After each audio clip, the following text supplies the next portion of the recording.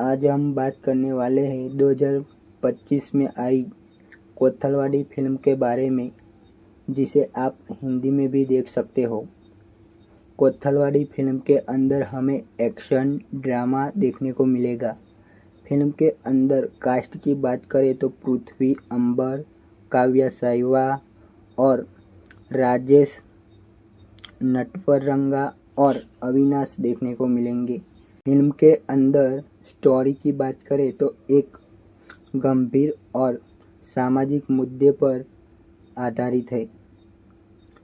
इंसान जब गरीब हो तो उसको जीवन में कितनी घटनाओं का सामना करना पड़ता है, वो हमें इस फिल्म के अंदर दिखाया गया है।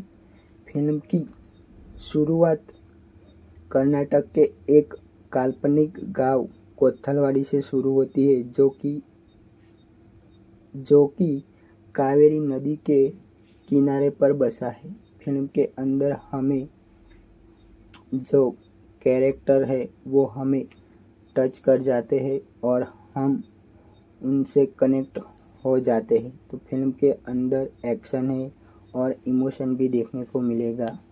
ये फिल्म आपको एक बार ज़रूर देखनी चाहिए और पसंद भी आएगी, क्योंकि इसके अंदर इंसान जीने के लिए क्या क्या करना पड़ता है जीवन के अंदर, वो हमें दिखाया गया है। वीडियो अगर पसंद आई हो तो हमारी YouTube चैनल को सब्सक्राइब कीजिए। ಏನ್ರಿ ಇದು ಪರಶುರಾಮ್ ಒಬ್ಬ ಸೀನಿಯರ್